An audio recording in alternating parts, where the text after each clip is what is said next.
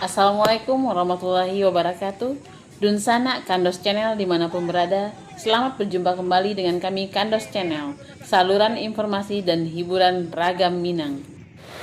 Selasa, 8 Juni kemarin sekitar pukul 17.30 waktu Indonesia Barat, telah terjadi tabrakan beruntun antara bus antar kota PO Binter nomor polisi BA7025LU dengan mobil pribadi Honda Freed nomor polisi BA1384TC dan mobil Xenia dengan nomor polisi BA1040BB di Lansano, Kota Lubuk Basung, Kabupaten Agam.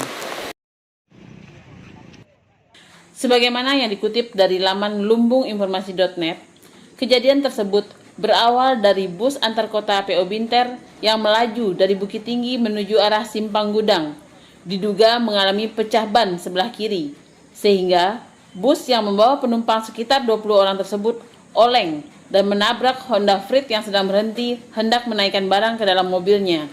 Tak ayal lagi, dengan kondisi itu, sang sopir bus Binter harus membanting setir ke kanan.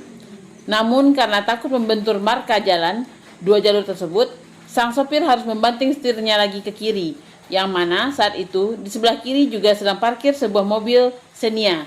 Tidak dapat dielakkan lagi, bus Binter ini kembali menabrak mobil Xenia tersebut. Karena kondisi jalan raya Lubuk Basung saat itu cukup ramai, 3 unit sepeda motor dari arah yang sama hampir saja menabrak bus Binter tersebut.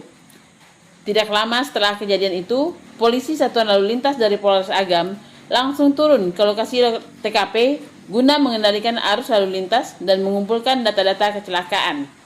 Beruntung, kejadian itu tidak menelan korban jiwa. Namun, satu orang penumpang bus Binter yang berumur sekitar 69 tahun yang diketahui bernama Upi mengalami luka memar akibat benturan dan mendapat perawatan di RSUD Lubuk Basung. Demikian informasi ini kami sampaikan. Saya, Imelda Ozora, melaporkan buat Bencana Kandos Channel.